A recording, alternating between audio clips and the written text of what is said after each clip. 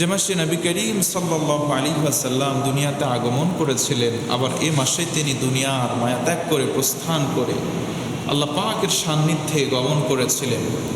এই মাস নবীজির আগমনের কারণে, নবীজির ওফাতের কারণে আমাদের কাছে বিশেষ গুরুত্ব বহন করে। আমরা এই বিষয় নিয়ে আগামী জুমায় আলোকপাত করার চেষ্টা করব ইনশাআল্লাহ। আমরা ধারাবাহিক আলোচনার মধ্যে প্রবেশ করি। আল্লাহ জাল্লা শানুহু বলেন, লা ইকরাহা ফিদ্দীন, দ্বীনের ব্যাপার, ইসলামের ব্যাপার কোনো রকম বাড়াবাড়ি নাই, কোনো রকম জোর কিংবা জবরদস্তি নাই। একজন ব্যক্তি নামাজ পড়ে না, আপনি জোর করে তার নামাজ পড়াইতে পারবেন না। লা ইকরাহা ফিদ্দীন, একজন আল্লাহরে মানেই না, আপনি জোর করে বল প্রয়োগ করে তারে আল্লাহরে মানাইতে পারবেন না। কারণ আল্লাহকে মানতে গেলে তার স্বতঃস্ফূর্ত ইচ্ছা শক্তি লাগবে। এজন্য আল্লাহ পাক বলেন, লা ইকরাহা ফিদ্দীন, ধর্মের ব্যাপারে কোনো বাড়াবাড়ি নেই, ধর্মের ব্যাপারে কোনো জবরদস্তি নাই। অনেকে আছে মুসলমান ঘরে জন্মগ্রহণ করার পরে দাড়ি শেভ করে, দাড়ি কেটে ফেলে। তো ইসলাম মানতে গিয়ে জোর জবরদস্তি নাই, তাকে যত মোলায়েম ভাষায় বোঝানো যায় ততই কল্যাণ হবে, যত নরম ভাষায় তাকে বোঝানো যাবে ইসলাম ততই সুন্দর হিসেবে তার কাছে ফুটে উঠবে।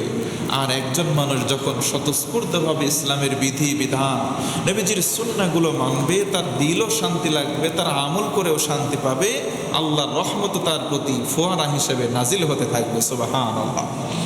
এজন্য ইসলামের ব্যাপারে কে কতটুকু আমল করে তার ব্যক্তির উপরে ছেড়ে দিই।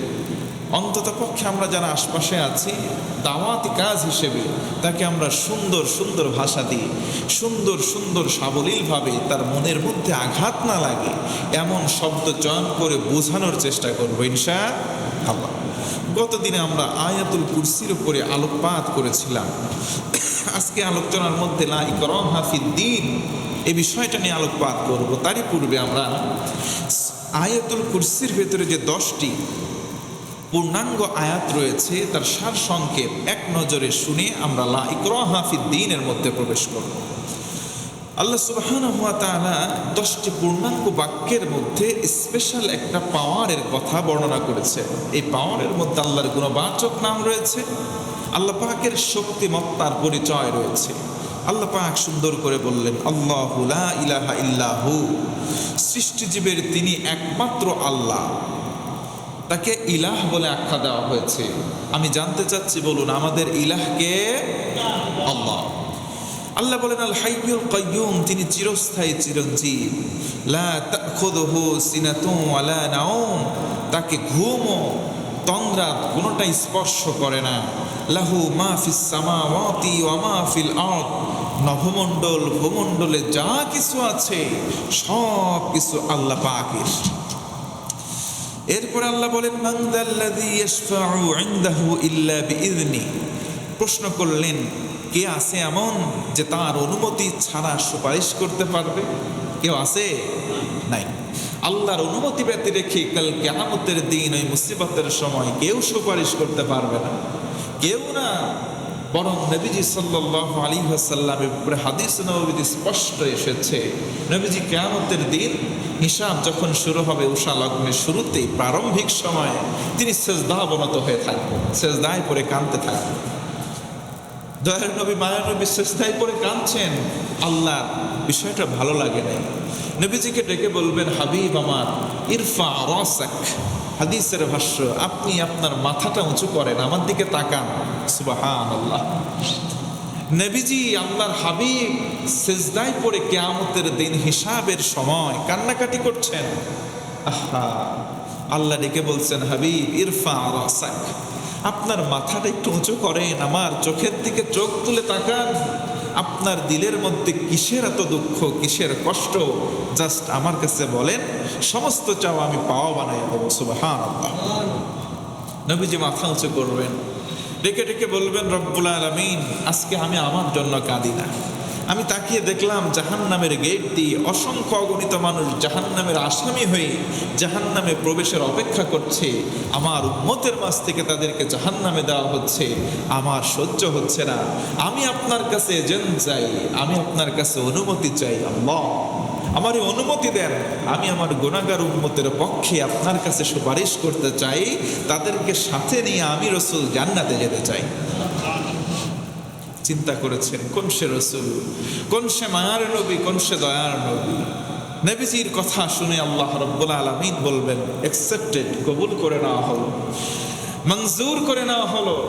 মঞ্জুর, হে রাসূল আপনি যা দোয়া করবেন আজকের দিনে সেটাই করব। সুবহানাল্লাহ। আল্লাহর হাবিব দেখবেন সব গুনাহগার উম্মত আল্লাহর কাছে বলবেন, এ তো একদিন না একদিন নিজের মুসলমান পরিচয় দিছে, আল্লাহ এরে মাফ কর। আল্লাহ বলবেন মাফ। সুবহানাল্লাহ বলবেন না? হাদিস স্পষ্ট প্রমাণ দেয়। কিন্তু আল্লাহ রসুল একজন গুনাহগার উম্মত দেখার পরে এগিয়ে যাবেন, তার পক্ষে সুপারিশ করতে চাইবেন। কিন্তু নবীজির সামনে যেই নবীজি কাজ বরাবর যাবেন, ওই গুনাহগার উম্মত আর নবীর মাঝে একটা পর্দা পড়ে যাবে। নবীজি আর সুপারিশ করতে পারবেন না, কারণ তাকে আর দেখতেই পাবেন না। পর্দা পড়লো কার মাঝে? আল্লাহর হাবিব সাল্লাল্লাহু আলাইহি ওয়াসাল্লাম। তিনি ওফাতের পরে যারা দ্বীনের ভেতরে যারা বেদাত তৈরি করেছিল, তার আর নবীর মাঝে সেদিন পর্দা পড়ে থাকবে। সেদিন নবীজি ইচ্ছা করলেও সুপারিশ করতে চাইলেও ওই অবাগা কপাল পোড়া নবীজির শাফায়াত পাবে না।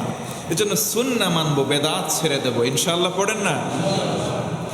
নবীজি সুপারিশ করতে করতে সব যারা গুনাহগার, তাদের ভিতর থেকে যাদের সুপারিশ কবুল হবে তাদেরকে সাথে নিয়ে জান্নাতে যাবে। আল্লাহ রাব্বুল আলামিন বলেন, মান যাল্লাযী ইয়াশফাউ ইনদাহু ইল্লা বিইযনিহি। কার এত বড় পাওয়ার আছে, ক্ষমতা আছে যে তার অনুমতি ব্যতি রেখে সুপারিশ করবে? তার মানে আল্লাহ তাআলা কাউরে সুপারিশ করার অনুমতি দেবেন না, শুধুমাত্র মুহাম্মদুর রাসূলুল্লাহ সাল্লাল্লাহু আলাইহি ওয়াসাল্লাম ছাড়া। তবে নবীজির একটি হাদিস রয়েছে যে কোরআনুল কারীম একটা মানুষের পক্ষে সুপারিশ করবে, সেটা কবরের মধ্যে শুরু হবে। সুবহানাল্লাহ পড়বেন না? একজন মাইয়াতকে কবরে শুইয়ে দেওয়া হলো, ফেরেশতা চলে আসবে জিজ্ঞাসাবাদ করার জন্য। যে জিজ্ঞাসাবাদ করার জন্য ফেরেশতারা আসার পরে দেখবে একটা কায়িক আকৃতি নিয়ে, একটা মানুষের মতো গঠন নিয়ে কি যেন তার কবরের ভেতরে অবস্থান করছে। আগেই মাইয়াতের কাছে যেতে দেবে না, বলবে আমার সঙ্গে তুমি মোকাবেলা করো, এরপরে মাইয়াতের কাছে যাও। তুমি কে? মান আনতা, তুমি কে এই ব্যক্তির কবরে? ওই যে কায়িক, যে আকার আকৃতি দিয়ে ব্যক্তির সদৃশ, তার থেকে জবাব আসবে, আমি হলাম এই মাইয়াতের তেলাওয়াত করা কোরআন। জোরে বলুন সুবহানাল্লাহ। কোরআনে কারীম কবরের মধ্যে তার পক্ষে সুপারিশ করার জন্য চলে আসবে। আর যার পক্ষে কোরআনে কারীম শাফায়াত করবে, সুপারিশ করবে, নিশ্চিতভাবে সে ব্যক্তি জান্নাতি হবে। সুবহানাল্লাহ। আল্লাহ রাব্বুল আলামিন আমাদেরকে যেন এই কোরআনের শাফায়াত পেয়ে জান্নাতি হওয়ার তৌফিক দেয়, পড়ি আমিন। আল্লাহ তাআলা পরক্ষণে বলেন, ওয়ালা ইয়াশফাউনা ইল্লা লিমানিল আরদা। অন্যত্র আল্লাহ তাআলা বলেন, তার সুপারিশ শুধুমাত্র তাদের জন্য যাদের প্রতি তিনি সন্তুষ্ট। চিন্তা করেছেন? সুপারিশ কাদের জন্য? যাদের প্রতি আল্লাহ সন্তুষ্ট, যাদের প্রতি আল্লাহর মনটা ভালো আছে। আল্লাহ দ্রোহী এমন এমন কাজ করি। আমি আমাকে দিয়ে একটা উদাহরণ দিই। আজকে সকালবেলা আমি যখন বাড়ি থেকে বের হচ্ছি, প্রস্তুতি নিচ্ছি, ঠিক ওই সময় ছেলে দুইটা এত জ্বালাতন করছে, আমি সহ্য করতে না পেরে আঘাত করেছি, চাবড় দিয়েছি দু একটা। চিন্তা করলাম, আহারে আমি না এর কত আদর করি, একটু জ্বালাতন সহ্য করতে না পেরে আঘাত করলাম। আস্তে আস্তে চিন্তা করছে, আমার আল্লাহ তো আমাদেরকে মহাব্বত করে, আমরা আল্লাহ তো আমাদেরকে ভালোবাসেন, কারণ তারই আমরা বান্দা। এত মহাব্বত করার পরেও বলে, বান্দা এইটা কর, এইটা কইরো না, এইটা করলে কিন্তু মাইর আছে, এইটা কইরো না। আল্লাহ রাব্বুল আলামিনের কত আদেশ, কত নিষেধ আমরা অমান্য করছি। আল্লাহ যদিও মহাব্বত করেন, কিন্তু মাঝে মধ্যে দু একটা ইচ্ছা করলে তো আঘাত করতেই পারেন কি না? এই জন্য আল্লাহ পাক বলেন, যাদের প্রতি তিনি সন্তুষ্ট হবেন তাদেরকেই সুপারিশ করার জন্য নবীজির কাছে পাঠাবেন। সুবহানাল্লাহ। আল্লাহর পেয়ারা বান্দা হতে হবে, কিন্তু পেয়ারা বান্দা হয়ে যদি তার অবাধ্যতা করি, তার অবাধ্যচারণ করি, আল্লাহ পাক শাস্তিও দেবেন। যেমনি আমি আপনি পিতা হয়ে সন্তানদেরকে এত মহাব্বত করার পরেও দু একটা আঘাত করি, এতে করে বুঝে নেন যে আল্লাহ পাক আমাদের সৃষ্টি করেছেন, তিনিও আমাদেরকে মায়ের দিতে পারেন। তার মায়ের হচ্ছে আযাব। আল্লাহ সঠিক বুঝ দান করুক, করি আমিন। আল্লাহ পরক্ষণে বলেন, ইয়ালামু মা বাইনা আইদিহিম ওয়া মা খালফাহুম, সম্মুখের অথবা পেছনের সবাই অবগত আছেন। অর্থাৎ আল্লাহ তাআলার তৈরি সৃষ্টিকে তো সব কিছুর সূচনা লগ্ন থেকে এক কথায় অতীত, বর্তমান এবং ভবিষ্যৎ সব কিছু সম্পর্কে আল্লাহ পাক অভিজ্ঞাত, সবচাইতে বেশি জ্ঞান রাখেন তিনি। আর তার জ্ঞান সমস্ত সৃষ্টিজীবকে ঘিরে রেখেছে। যেমন অন্য জায়গায় আল্লাহ তাআলা ভিন্ন আয়াতের মধ্যে স্পষ্ট করেন যে আল্লাহ পাকের আদেশ ছাড়া কোনো কিছু হয় না। বাংলা ভাষ্য, আল্লাহর ইশারা ছাড়া গাছের পাতাও নড়ে না। একটু জোরে বলুন না আল্লাহু আকবার। আল্লাহ যখন কোনো কিছু করার ইচ্ছা পোষণ করেন, শুধু বলেন হও, কুন ফায়াকুন, তৎক্ষণাৎ সেটা হয়ে যায়। আল্লাহ যদি ইচ্ছা করেন কুন, শুধু বলেন হও, তৎক্ষণাৎ সেটা হয়ে যায়। সুবহানাল্লাহ। আল্লাহর সৃষ্টি তত্ত্ব নিয়ে যদি কেউ একটু বিশ্লেষণ ধর্মী জ্ঞান চর্চা করে, সে যদি নাস্তিকও থাকে আস্তিক হতে বাধ্য। কিন্তু দুঃখজনক হলেও সত্য কথা, আমার দেশে কিছু কিছু এমনভাবে শিক্ষাবিদ, কিছু কিছু মানুষ শিক্ষা অর্জন করতে করতে এমন শিক্ষা শেখে, শিখতে শিখতে শেষে গিয়ে বলে দেয়ার ইজ নো গড, আল্লাহ বলতে কিছু নাই। নাউজুবিল্লাহ বলবেন না। এই জন্য আমি ফ্ল্যাশব্যাকে যাই, যখন কোরআনে কারীমের প্রথম আয়াত নাজিল হয়, ইকরা বিসমি রাব্বিকাল্লাযী খালাক, এই যে এখান থেকে 5টি আয়াতে কারিমা নাজিল হয়, ফেরেশতা জিবরিল এসে বলে, রাসূল আপনি পড়ুন, ইকরা। নবীজি পড়তে পারতেন না। নবীজি পড়তে পারতেন না বিষয়টা তা নয়, মুফাসসিরিনে কেরামগণ বলেছেন নবীজি পড়েননি। নবী পাল্টা প্রশ্ন করলেন, কি পড়ব? সুবহানাল্লাহ বলবেন না? কি পড়ব? তিনবার বলার পরে বললেন যখন জিবরিল আমিন, বিসমি রাব্বিকাল্লাযী খালাক, পড়ুন। ওই পড়া, যেই পড়া হচ্ছে আল্লাহর নামে শুরু হয়, জোরে বলুন সুবহানাল্লাহ। নবীজি তখন পড়া আরম্ভ করলেন। স্পষ্ট প্রমাণ হয় যেই পড়ার মধ্যে আল্লাহর নাম নাই, যেই পড়ার মধ্যে ঐশী কোনো কিতাবের শিক্ষার কোনো আলো নাই, সেই পড়া অন্তত পক্ষে পড়া হতে পারে না। কথা বলে ঠিক কিনা? তার মানে যেই পড়া পড়ে যারা নাস্তিক হচ্ছে, ওই পড়ার মধ্যে আল্লাহ নাই, সেই পড়ার মধ্যে কোরআনের কোনো বিধিবিধান, কোনো আলো নাই। অতএব সেই পড়াকে পড়া বলা যাবে না। তারা সবাই জ্ঞানী হচ্ছে, বিভিন্ন নামে নামকরণ, ডক্টরেট করছে, বিভিন্ন জ্ঞান অর্জন করছে। প্রকৃতপক্ষে তারা জ্ঞানের গব অর্জন করে নাই। কারণ যেই জ্ঞানের মধ্যে কোরআন নাই, আল্লাহ নাই, সৃষ্টি নাই, স্রষ্টা নাই, স্রষ্ট তত্ত্ব নাই, সেই জ্ঞান কখনো প্রকৃত জ্ঞান হতে পারে না। আল্লাহ তাআলা বলেন, ওয়ালা ইউহিতুনা বিশাইইম মিন ইলমিহি ইল্লা বিমা শাআ, একমাত্র তিনি যতটুকু ইচ্ছা করেন তা ব্যতীত তার অন্তত জ্ঞানের কোনো বিষয় কেউ ধারণা করতে পারে না। তিনি যা করেন অতটুকুনের ধারণাই মানুষ নিতে পারে, এছাড়া কোনো ধারণা মানুষ নিতে পারে। আল্লাহ পাকের প্ল্যান, তার পরিকল্পনায় কি আছে, এটা কি আমাদের ধারণায় আছে? আছে বলেন? চিন্তা করেছেন? বুখারী মুসলিম মুত্তাফাকুন আলাইহির হাদিস, সর্বশেষ একটা ব্যক্তি জান্নাতে যাবে, যাকে জাহান্নাম থেকে রিফাইন করা হবে। তার ভিতরে বিন্দু পরিমাণ ঈমান ছিল, এ কারণে নবীজি বলেন তাকে জান্নাতে দেওয়া হবে। সর্বশেষ ব্যক্তি যখন তাকে জান্নাতে দেওয়া হবে, এই দুনিয়া সমান মিসলা আশা 10 দুনিয়া। আপনার কি দিল থেকে একবার খুশি হয়ে সুবহানাল্লাহ পড়বেন না? এই দুনিয়া সমান কতটুকু? 10 দুনিয়া। কয় দুনিয়া? এই দুনিয়ার মতো 10টা দুনিয়া সমান এমন একটা জান্নাত তাকে দেওয়া হবে যে ব্যক্তি সবার শেষে জান্নাতে যাবে। সুবহানাল্লাহ। আপনি চিন্তা করেছেন, আপনার আমার মগজেই ধরবে না। আরে তাহলে আল্লাহর পরিকল্পনায় যদি এই থাকে, সর্বশেষ জান্নাতে প্রবেশকারীর বাজেটে যদি এই দুনিয়া সমান 10 দুনিয়া পরিমাণ জান্নাত থাকে, না জানি যারা অগ্রবর্তী হয়েছে, আগের কাতারে জান্নাতে গিয়েছে, তাদের কি অবস্থা? সুবহানাল্লাহ। আল্লাহর কি পরিকল্পনা আছে আমাদের মনোমস্তিষ্কে নাই। এ কথাই আল্লাহ বললেন যে আমার পরিকল্পনা তোমরা বুঝতে পারবা না, বুঝতে পারবে অতটুকুন আমি তোমাদের দেখিয়েছি যতটুকু। সুবহানাল্লাহ। আকাশ দেখি, জমিন দেখি, মহাকাশ গবেষণা করতেছি। আরে আকাশ বাদে যে অনেক কিছু আছে সেগুলোর জ্ঞানই তো আমাদের নেই। আল্লাহ নিজে বলছেন, আল্লাহু আকবার। আল্লাহ বলেন, ওয়াসিয়া কুরসিয়ুহুস সামাওয়াতি ওয়াল আরদ, তার আসন আসমান জমিনের পরিব্যাপ্ত। তার মানে এত বড় আমাদের কোনো ধারণা নাই। ধারণা দেওয়ার জন্য তিনি বুঝিয়েছেন যে আসমান জমিনের চাইতে বড়। সুবহানাল্লাহ।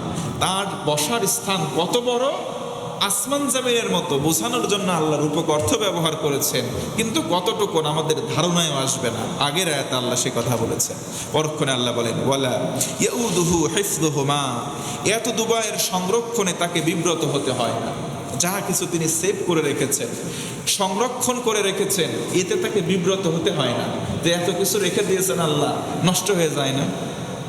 এত কিছু রিজার্ভেশনে রিজিক আসতেই আছে, নষ্ট হয়ে যায় না, ছাতা ধরে যাবে না, এই হবে না। আল্লাহকে কোনো সময় এই বিষয়ে বিব্রত করে না। আরেকবার বলবেন না সুবহানাল্লাহ? আল্লাহ বলেন ওয়া হুয়াল আলিয়্যুল আযীম, আর তিনি সর্বোচ্চ মহিয়ান। প্রত্যেকটা জিনিসের উপরে তিনি ব্যাপক ক্ষমতাবান, সব কিছু তার মালিকানায় রয়েছে। এই জন্য তো অন্যত্র আল্লাহ তাআলা বলেন আল কবীর আল মুতাআল, সমস্ত জিনিসের উপরে একচ্ছত্র ক্ষমতাবান কে? আল্লাহ পাক। আল্লাহ রাব্বুল আলামিন এর জন্য পরক্ষণে বললেন, বান্দারা এত কিছু শুনলাম, এবার শোনো, লা ইকরাহা ফিদ্দীন, দ্বীনের ব্যাপারে কোনো বাড়াবাড়ি নাই, জোর জবরদস্তি নাই। দ্বীনের ব্যাপারে যে যতটুকুন মানতে চাই তারে ছেড়ে দাও, মানুক না কেন। দ্বীনের ব্যাপারে সে যতটুকুন মানতে পারে মানুক না কেন, ছেড়ে দাও। জোর জবরদস্তি করে কাউরে জোর করে ইসলাম মানানো যায় না। ও মুসলমান, একমত হয়ে থাকলে কথা বলেন, ঠিক কি না? আপনি নামাজ পড়বেন না, অস্ত্র ধরে আপনারা নামাজ পড়ানো যাবে? যাবে? সম্ভব না। লা ইকরাহা ফিদ্দীন, ইসলামের ব্যাপারে, দ্বীনের ব্যাপারে বাড়াবাড়ি নেই। এখন দ্বীনটা কি? দ্বীন বুঝতে গেলে ব্যাপকভাবে সময় নিয়ে বুঝতে হবে। এতটুকুন বলি, দ্বীন হচ্ছে একটা বিধিবিধান, একটা নিয়ম শৃঙ্খলা, একটা গাইডলাইন, একটা জীবন ব্যবস্থা। দ্বীন হচ্ছে একটা জীবন ব্যবস্থা। ধর্ম আর জীবন ব্যবস্থা দুইটা একই শব্দে আমরা ব্যবহার করি, কিন্তু শব্দগত কিছু পার্থক্য আছে। ধর্ম, যেটার আরেকটা প্রতিশব্দ হচ্ছে ধরন। আপনার একটু গভীর মনোযোগ বাড়া। ধর্মের প্রতি আরেকটা শব্দ আছে প্রতিশব্দ, সেটা হচ্ছে ধরন বা রকম। যেমন ধর্ম বলি, একটু বোঝানোর চেষ্টা করি, বুঝবেন। দুইটা শব্দ একই অর্থে আমরা ব্যবহার করি বা প্রয়োগ করি, কিন্তু শব্দের দিক থেকে বিশ্লেষণ করলে একটু ফারাক আছে। তবে ওই ফারাকের দিকে না, বোঝানোর নিমিত্তে বলি। আচ্ছা বলুন তো, আগুন যদি এখানে জ্বালিয়ে দেই, আগুন কোন দিকে উঠবে? উপরে